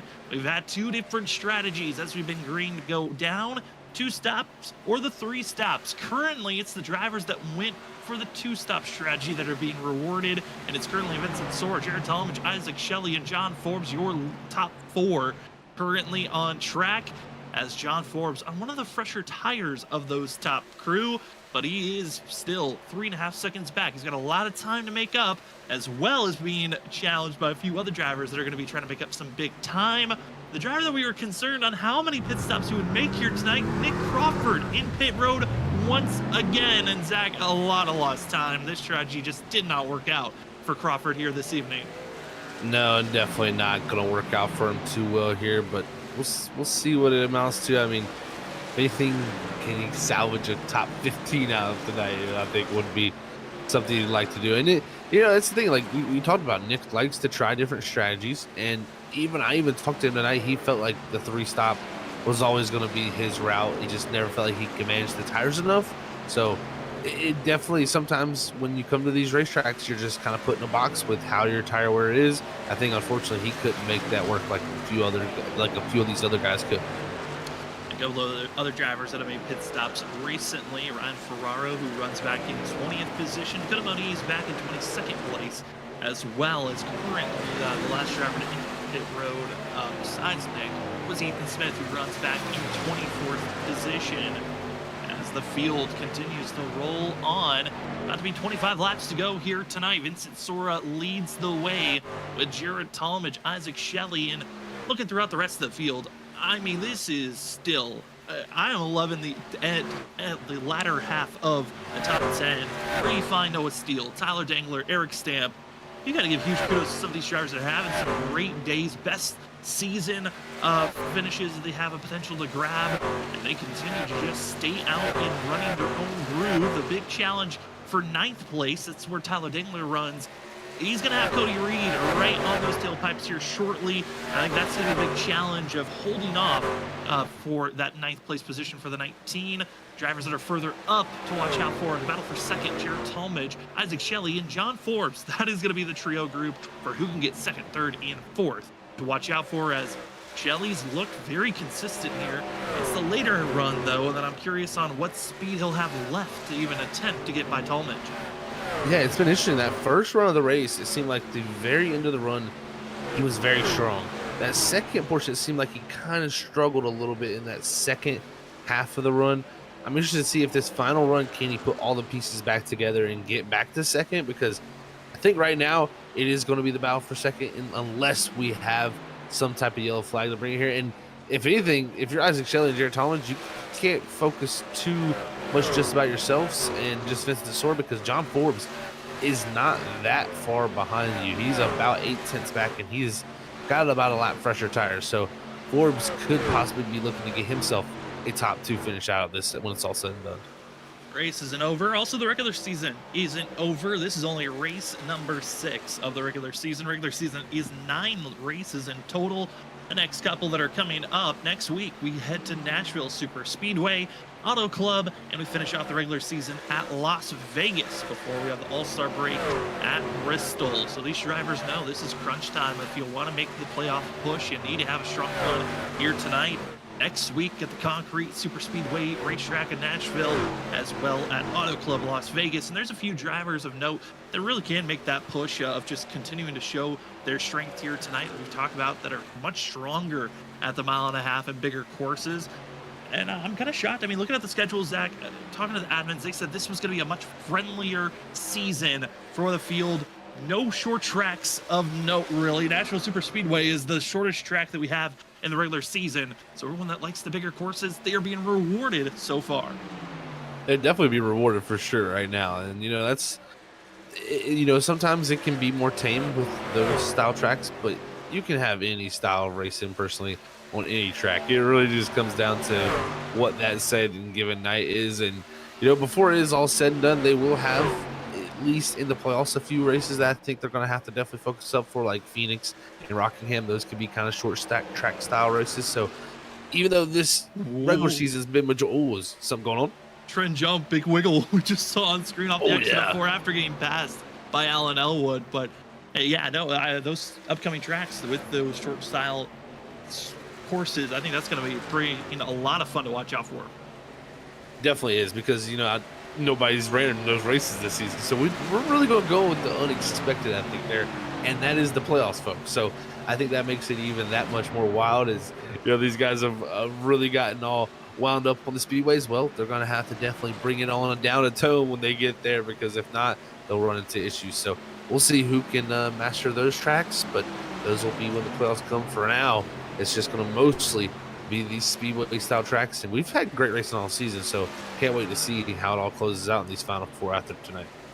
And not wait, as drivers up front, Vincent Zora trying to become the first driver to be a multi-time winner this season. We've had 5 races, 5 different winners, and that streak could end here this evening if we stay clean and green. Looking at some other battles that are happening on track, Tyler Dangler has fallen back to 10th place. Cody Reed has passed him, and Dangler's hopes of staying inside of the top 10, well, they could be snuffed out here very quickly, as he's got Joshua Kanata, Ali Fonseca trying to run down the 19 and take away this great finish. I mean, it's still a good run for himself of Tyler Dangler, but just putting it in a stat line that you got a top 10 here 6 races in just feels so much better, and that builds on that confidence later on in the season. It really does. I'm not going to lie, a little bit of internal bias here, but yeah, I was rooting for Tyler here to get this top 10, and it's still in the possibility. I mean, last time by, Kanata, much fresher tires for that number 16 machine. Don't get me wrong, but the key is he was only 300s quicker than Tyler, so it wasn't that big a gap. Now, Ali, the one we were watching there before, he was about 3 to 4 tenths quicker, so that was a sizable gap. That time by, it was only a 10th between Ali and Tyler. So Tyler's doing a good job of managing this right now. If he can just keep up what he's doing, he might have enough tire that when they get there, they might not have enough to get around. So it's not over for this 19, who I think, like you said, Sam, this literally might, in my opinion, be one of his best races run, because just how consistent he's been and managing the tire. And then also other battles, so we have to change our camera over to, that's the battle for second place. This is their closest battle on track for position. It's the 27 of Jared Talmadge, the 98 of Isaac Shelley. They've been bumper to bumper for the last 2 laps, and it's been a lot of conversation over the radio between Jared Talmadge and Shelley. And Talmadge, he wants to hold this position, but the more that they battle back and forth, it's gaining time for John Forbes, Thomas Green, Alan Elwood. They're going to do everything in their power to close in this gap, but it's rip the top and hope that you make it to the finish line right now for the battle for second place. That is. I tell you what, I think Forbes is kind of starting to lose a little bit of touch to these guys, because he was a little bit closer here a few moments ago and just starting to lose a little bit of ground. And it does seem like Forbes has not had the best long run speed all night. I feel like Talmadge and Shelley have been a little bit quicker. Just with that 1 lap fresher tire, though, Forbes was able to close them down. But you can see this last time by, both Talmadge and Shelley continuing to pull the gap on Forbes. So I think this battle for second, if he stay green, as you see the smoke there from some truck ahead, if we stay green, I think this is going to be that battle for second. It is going to be a wonder of how do you make it here to the end, as little late reports of some drivers that are kind of floundering, having issues. I think I might have found the reason for that smoke. Could have been from the 29 of Logan Brakey, as he had issues off the exit of turn 2. as he is now in pit road getting service done. You hate to see that for the 29. He was looking very strong earlier on in this race. Looks like it's going to be a top 25 finish for the 29 machine. Other drivers that have called it a night throughout the evening, just throwing a Willie Coops, Tyler Horn, they've all called it a night early as well. For you Joshua Stovall fans out there, currently runs 18th. He's being challenged by Ryan Ferraro on much fresher tires, so he might fall to 19th. He's looking for a top 20 here tonight with all of the issues that he's had. Hasn't been the cleanest run for the 42. He will continue to just ride on by and hope for others to have mistakes, as he is just in survival mode for these final 12 to 11 laps here this evening. Other close battles that are happening on track for position. We also got the battle that's happening for 10th place. Joshua Kanata has closed in on Tyler Dangler. It's less than a half a second. It is closed down for sure, Sam, and this is going to be intense. You know, Dingler has got, I think he's got enough here to hold him back. I know, you know, we're now 11 laps to go. It's plenty of time here for Kanata, and he is closing in. But I just think Dingler is going to have enough here. If he just doesn't slip up and give Kanata that opportunity to get to his outside or something, I think he'll have an opportunity to hold him back. And you can see Kanata, he is almost four-wheel drifting going through the corner. So at some point, maybe he'll overheat his stuff and he'll fall back. But this 19, I think, fight very hard for this position. It's fight, be aggressive, take everything you can currently. That's kind of where some of these drivers are going to be running here tonight, on what positions you can grab. Other close battles, you have the battle for second. That is closing in once again. Battle for 21st place. Danny Ware is being closed down by Ethan Smith. That battle is happening for position. Currently, you can see on screen. That's a challenge for 21st position with Nick Crawford right in front of him. Crawford runs in 13th place. He's got quite a gap before he can get to Ali Fonseca. For Nick Crawford, I mean, we talked about a chance maybe to get in top 15. Well, runs 13th. Salvages a little bit here. It's not a complete race throwaway, but HC for a driver that came away with the pole here tonight wasn't the right strategy call. The battle for second, yes, Shelley, dive bomb move, not close enough to make the pass, run on the top, give it to Talmadge. He holds on for at least this corner. We'll see if next lap, if he's still there, able to hold back this 98. It's going to be so tough for Shelley to try to get the pass done on the top. And you can see here, Talmadge kind of throwing him a little different curveball there by going to the bottom lane, and just doing those little things like that can sometimes be enough to kind of throw the driver off behind you to not know where you're going to be. So we'll see what they do here. I think imagine both of them right up against the fence here in 1 and 2. And if you're Shelley, you're just going to try to be as close as possible to try to maybe throw a slider here. I think that's really the only way he's going to get this done. It seems like they're both pretty similar pace. It's going to take something pretty aggressive to get this one. You might see a little bit of smoke on the inside. That's Justin Smith. Trouble off the exit of turn number 2 for 45. Lone engine required damage. He has to go to pit road after snapping loose off the exit of turn 2, slamming into the inside wall. 45's night is over and done with 7 laps to go. Vincent Sora is kind of in a little bit of cruise control. All he's got to worry about is the traffic ahead of him. For the battle for second, we keep it on screen because this is where the most action is. Also soon to be battling for the drivers in 4th place. John Force is being challenged by Thomas Green. So both Planet Sim Racing drivers are in different scenarios, but both having a chance to keep a high position for themselves. Green trying to rip the top and get by John Force. A little bit of traffic around them, so making it more difficult than he would like. Well, Jared Talmadge is in defensive mode to hold for second. His team has been on a roll this season with Isaac Shelley as well.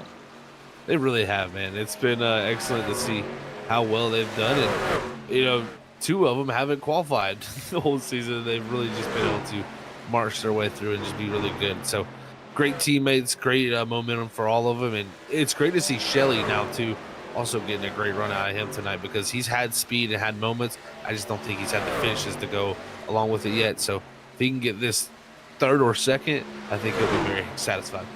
I mean, it's kind of similar to what we talked about before, where we've watched all these drivers throughout all these seasons that we've covered in the ISRC Truck Series. Shelley, back in season 2, was a threat. He was someone that we thought could be a challenger for the playoffs during that time, and just wasn't able to fully commit to every race. So the 98 never really was able to show his full prowess and pressure. This season, though, 3 poles out of the first 6 races of the season. He has been on top of the world, really, on just raw pace. If you look at the quick times here tonight, trying to have a fantastic finish for the 98 machine, trying to carry this momentum to close in on the gap on his teammate. Shelley entered tonight 14th in points, and he could really put a boost and a chance to put him more solidified in the top 12 points with 3 races left in the regular season. But will we see Jared Talmadge lay over, or is it fight with everything you got? Team orders are go away. Just see what finish you can get. That's for sure. The only thing you ask for when your teammates like this, you can race each other how you want, but just don't end up ruining both your nights. That is going to be, I think, always the thing that as teammates you want to do, is just make sure both of you get to the finish at least with some sort of smile on your face. So we'll see how this all shapes up, but it's really interesting because, you know, right here down in 3 and 4, you don't really want to run all the way up against the wall in 3 and 4. So Jared's kind of been balancing the fine line to run in the middle, but here comes a big run from Shelley, and he might be able to get to the quarter panel on the 27's going to have to cover that off, and he does fully cover it, but it was very close there to be an incident. 2 laps to go, and the battle for second is where all the action is currently, with Vincent Sora off in his own world, 3.5 seconds ahead of Shelley Talmadge, who is going to have the better run as the exit out of turn number 4. Vincent Sora looks up to the flagman and is going to see his gridless graphics white flag for the 15 of Vincent Sora. Just one more lap to go as the battle for second backing off is Shelley. He's still right there with a chance of a mistake happens for Talmadge, but Vincent Sora looking to break the streak. The first multi-time winner this season looks to be the 15 as he's on the back stretch, looking good. Zach, the battle for second looks like it's just stay in place. No one really showing any cards or signs they're going to go for a big pass. Shelley will go to the outside. He's looking for the big run off the exit of the corner, but as exiting out of turn number 4, Vincent Sora is a 2-time winner in Season 8, and Shelley can't get to the line. It's Talmadge holding off for second. Oh, man, such a great battle there. John Forbes will be 4th, and Thomas Green rounding out your top 5 is now Alan Elwood should be the next to come around in 6th. But what a race. Great job by everybody after that first yellow to keep it nice and clean and green. But Vincent Sora, after that first pit stop, it was kind of undeniable. And across the line, Tyler Dangler gets a top 10 finish for the 19. Let's go. We're biased up here for Tyler. He is always looking for a top 10 finish. We love to see it. Finally able to get it in the regular season. Some drivers are having some burnout moments in front of our winner here tonight. Congratulations to Vincent Sora in the 15.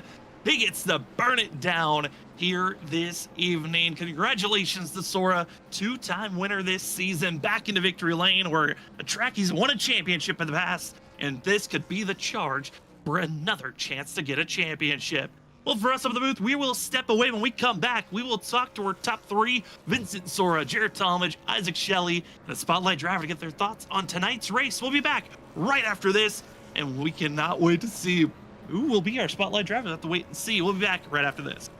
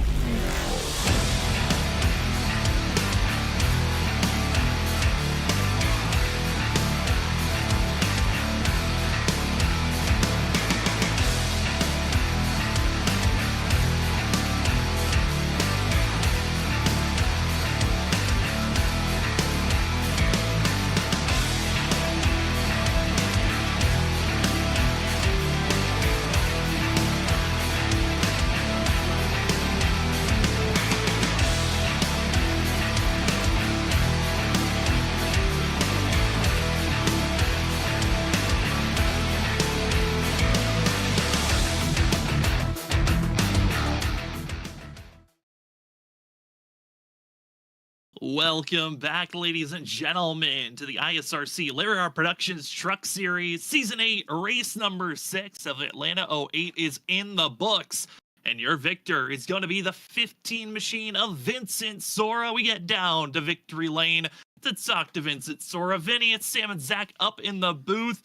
You come away being the first driver, a two-time winner this season. How are you feeling after your performance here tonight? Man, I feel really good. I dominated tonight, man. And coming from the back, like we've been doing all season. I don't know. I've just turned something up. I've found something. I don't know. Maybe I'm just more hungry for wins and more driven to go put it all out there and try to show everybody what I'm capable of after kind of disappointing last two seasons. So yeah, I don't know, man. Just totally different mindset going into all these races. I've got a lot less pressure on myself. But I'm still just driving just as hard and maybe even harder and making no mistakes and getting jobs done every week. That's for sure, buddy. I'd say what, Vinny, a great race tonight from the back to the front there for yourself. You kind of brought it up there, getting another win, being hungry for the wins. This is your second one of the season, first multi-time winner this season, and growing your points gap. How does that feel with, 4 races left in the regular season, and how important do you feel it is to win this regular season to get that momentum for the playoffs?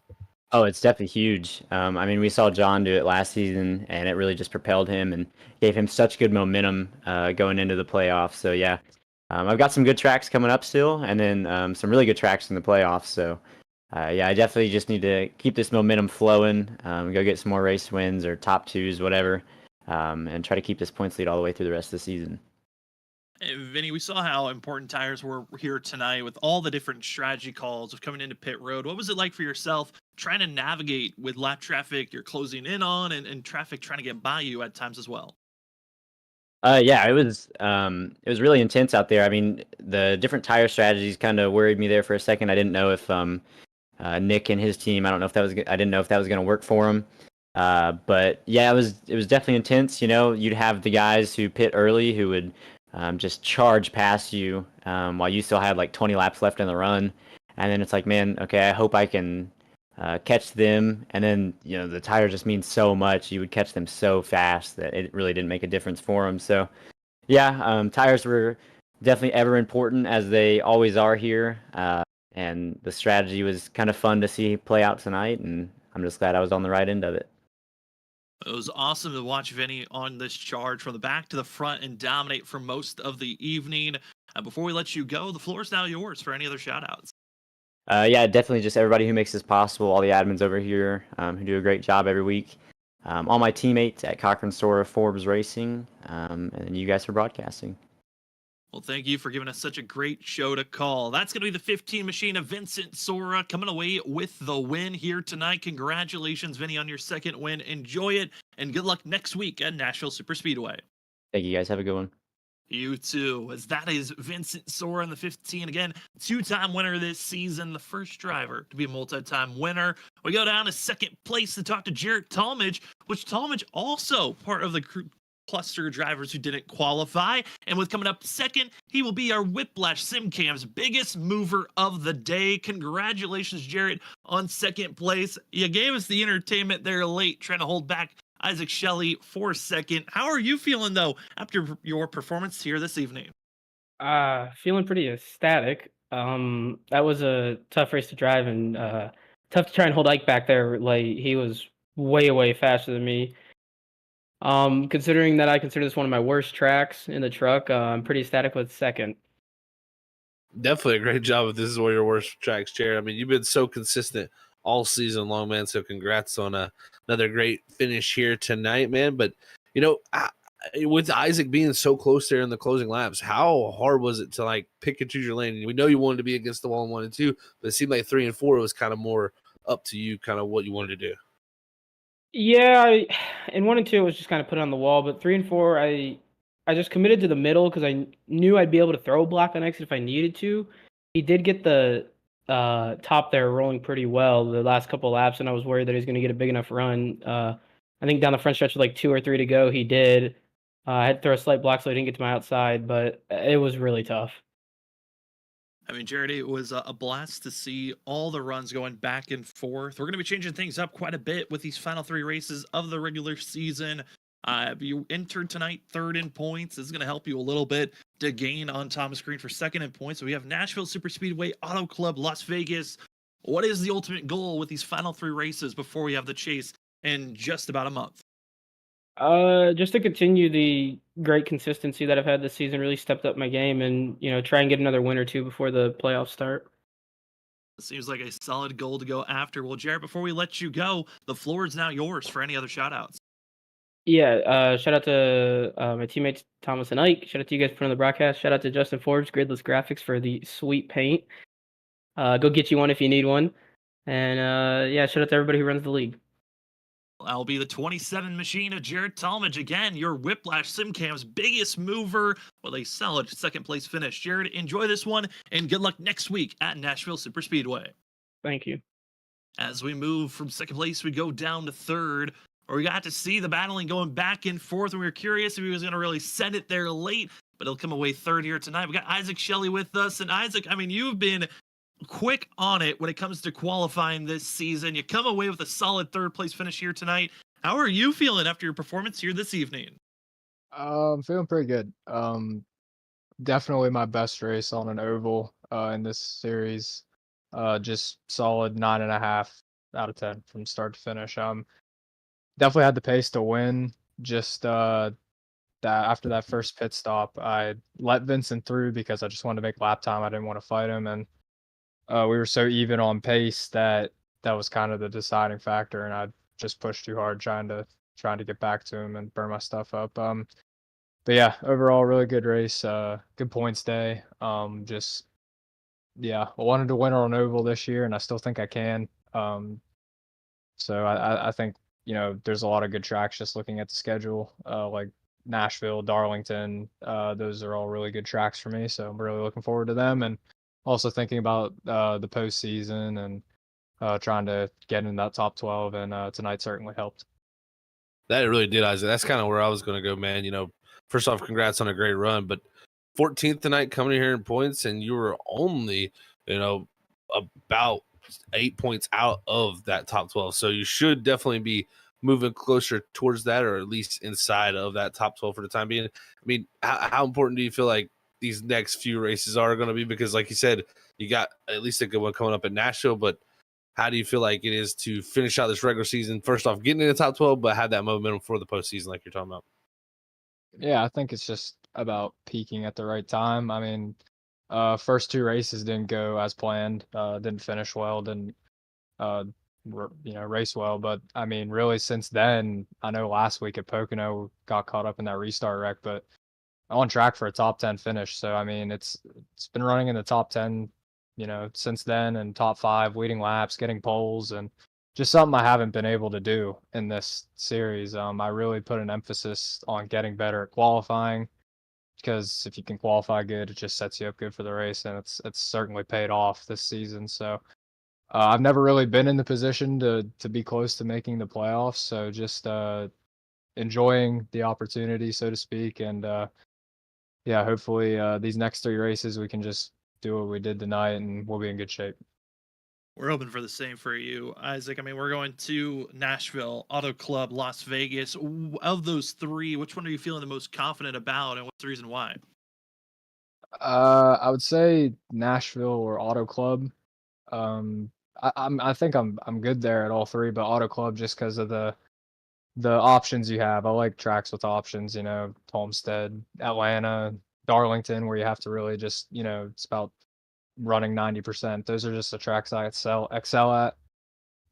So I think Auto Club is just, you have so many options. You can run top, bottom, middle, 5 wide, whatever. It's a crazy race. So I think just staying out of trouble there, and if I can just manage my race, that's something I've certainly got better at in the last year on iRacing, is just managing races better and putting myself in good positions to not get caught up in incidents and run up towards the front. So I would certainly say Auto Club's probably the one I'm looking forward to the most, but I think all 3, I can run up front, lead laps, finish in the top 5, top 10, like we have done, these last 5-6 weeks. I cannot wait to see how you perform at those tracks moving forward. And before we let you go, floor's now yours for any other shout out. Yeah, you guys for broadcasting this. It's a ton of fun to watch these races back. Everybody that makes the show go around, Martin, Josh, Tyler, friends and family back home, mom, dad, girlfriend, love you guys, miss you guys. Team Watson Racing Setups, and Lost Creek RC Shop, been supporting me for a while now, so it's just yeah, great to have a good run. Hopefully we can put it in victory lane in these next 3 races, and if not, before the end of the season. We cannot wait to see you try to get into victory lane. Congratulations on third. Enjoy it, and we'll see you next week, Isaac, at Nashville Super Speedway. Yep, thank you so much. Have a good night, guys. You too. That's going to be your third place finisher in the 98 machine of Isaac Shelley. A complete race for himself. Almost able to come away with second, but a third place is still a solid night for a driver that continues to grow. We said on the broadcast we're a little bit biased on this one because we were waiting on a top 10 finish, and it comes tonight. We've got the 19 machine of Tyler Dangler. Tyler, congratulations on a top 10 in the regular season. I know it's been a while since you've been able to do that, but we are so proud of you on getting 10th and just your run you had here tonight. How are you feeling personally, though, on your race here at Atlanta? Well, Sam, I know for the last 50 or so laps, my wrist was hurting tremendously. Usually the first couple hundred laps are fine, but this last one really killed me. Well, I'll tell you, Tyler, congrats first off on the top 10, man. I think this was such an excellent run for you tonight, man. You're talking about your wrist hurting. I'm not surprised because you had those new tires bearing down on you. How did you stay consistent there at the end and then finally actually start to pull back away from the newer tires that were behind you? I mean, that had to be so tough. You know, honestly, I think it was more the pressure of Joshua Kanata and Nick with their weird strategy pulling behind me, because I know that I burned up my tires a lot during that last run. So once I realized I burned them up and I saw Joshua and Nick catching up to me, I was more... I let Cody go on by, but I wanted to stay in front of him, but I knew I didn't have the tire for it, but I guess I saved up enough tire. I don't exactly know how I did it other than the pressure of wanting to get a top 10 finally in a race off of pure, talent. I don't know, skill. Not really like, everyone wrecking. So I'm proud. I'm happy. A good solid day for myself. And yeah, I don't know what else to say. I mean, Tyler, we know that the qualifying was a little bit abnormal, a little mistake there, but you qualified inside of the top 10 in 7th. How much did you feel like that set you up for the success that you had here this evening? Well, first of all, to all the drivers and all the folks out there watching, we do apologize for that one lap qualifying. It definitely was something that we didn't notice until literally once qualifying opened up. If we had seen something before that, we probably would have opened up a new session, had a 2-lap shootout. But I was already planning on running late in qualifying just because of the track temperature going down from the start of the hour to the end of the hour for practice. So I already knew I wanted to go out late because that's just what I was more comfortable with when I was practicing. But starting 7th was definitely a surprise. I think when I put my lap down, I was 4th. And usually when I'm running up top in the standings, that just means that I'm actually going to be starting 17th because all the faster guys are going to be doing their runs late. But it was a bit of a surprise that I ran 7th, and definitely being up front definitely, gave me the confidence to want to stay up there. Well, it was a fantastic run to watch, Tyler. Congratulations on a top 10 finish, coming away 10th here tonight. And before we let you go, the floor is now yours for any other shout-outs. Well, thank you so much, Sam. I'd like to thank all 3 of you, Sam, Robert, and Zach, for broadcasting tonight. I know the weather has been crazy, and the internet has been crazy for all of us. I'd like to thank my beautiful girlfriend for watching. I know that she's the 3-time Better Half Dash winner. She is the greatest. And I'd like to say hello to my mother. Those Oh, wait, one more thing. Sorry. I'd also like to thank the the Cannon Fire Racing team. That would be Cody, Ollie, Brandon, Joshua, and Nick. I always forget that in these interviews. I need to shout them out because honestly, they are incredible people, incredible drivers, incredible friends, and I'd just like to thank them. Well, that will be your 10th place finisher in the 19 of Tyler Dangler. Tyler, congratulations on this finish. Enjoy it, and good luck next week at Nashville Superspeedway. Thank you so much.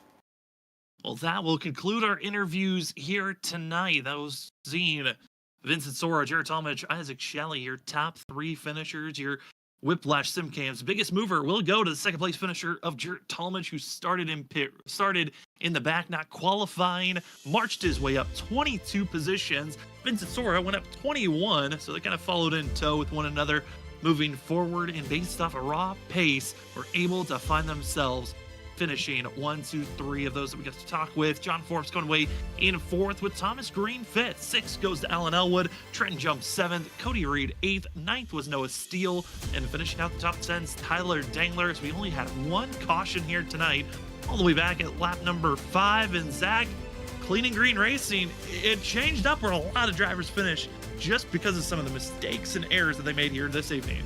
That's for sure. First of our 3 stoppers here pretty much are Joshua Kanata, Ali Fonseca, Nick Crawford there in the 11th, 12th, and 13th. So, fortunately, they couldn't make that work too well for them. But as you look through the rest of the order, definitely some tough nights for a few. I mean, it started off early for some that got caught up in that first incident, but it definitely was a race that you really had to manage the tires. We heard a lot from the drivers. It was tough to drive, and I think a lot of drivers that you look farther down here that are multiple laps down, it probably ended up in some type of self-spin that we didn't get to see for themselves. What a wild evening for some. I know for those in the chat, long green flag run races, it's looking at the strategies, but I know they enjoy the hard racing action, being on top of one another, and that's what we're going to be seeing next week, heading to Nashville Super Speedway, the next race on the docket for the ISRC Lariat Productions Truck Series. Usually we'd be calling and telling you about the WSSR Cup Series that runs on Wednesday nights. Well, they will be back in the beginning of May. We cannot believe it. I know, Zach, a lot of fun announcements for the league season 11. A lot of big news on new sponsors, new drivers, and we're excited for it as we are less than a month away. Yeah, really excited, man. I can't wait. Yeah, if nobody out there has seen the announcement, definitely great to have Virtual Racing School come on board for us to be our title sponsor. The World Series of Sim Racing there on Wednesday nights, and going to be really cool to see what all we can do with them. But if anybody else is interested out there, make sure they go check it out because it's perfect time to sign up for Wednesday nights if you're looking to race, because it's going to be a big group, and I'm sure it's going to be wild action once again, just like here on Monday nights. Again, I want to shout out to all the amazing sponsors that help out with ISRC Truck Series, the title sponsor of Lariat Productions, Morecast, Armadillo Motorsports for being the Lucky Dillo Award, and the White Flag sponsor being Gridless Graphics. And for us here on Freaky Fast Broadcasting, we want to say thank you to our camera providers from Whiplash Simcams. Go look up Whiplash Simcams today if you want to get into broadcasting, find different angles for if you're taking screenshots on iRacing. Go to Whiplash Simcams today. We also want to say thank you to all those that were in the chat watching. If you were just watching today, you might have seen some of the fun new graphics that Robert put on. Loving the new stuff that Robert's been working on in the background. It's been awesome to see. But it's crazy to say what we won't see you for the rest of the week. We'll see you next week as we will be back for Nashville Super Speedway. That will be our next Freaky Fast broadcast. Excited for it. But for tonight, for myself, Sam Dyer, for Zach Hall, for Robert Moyer Jr., and for everyone else that helps out here at Freaky Fast Broadcasting, thank you for spending your evening with us on Monday night with the ISRC Lariat Productions Truck Series. Next week, it is the third to last race of the regular season. If you're deep in the field in points, you might need a win to get into the chase. Otherwise, continue your patience, continue your consistency, and get yourself some solid points. Can't wait for it. We'll see you next week at Nashville Super Speedway for our next Freaky Fast broadcast.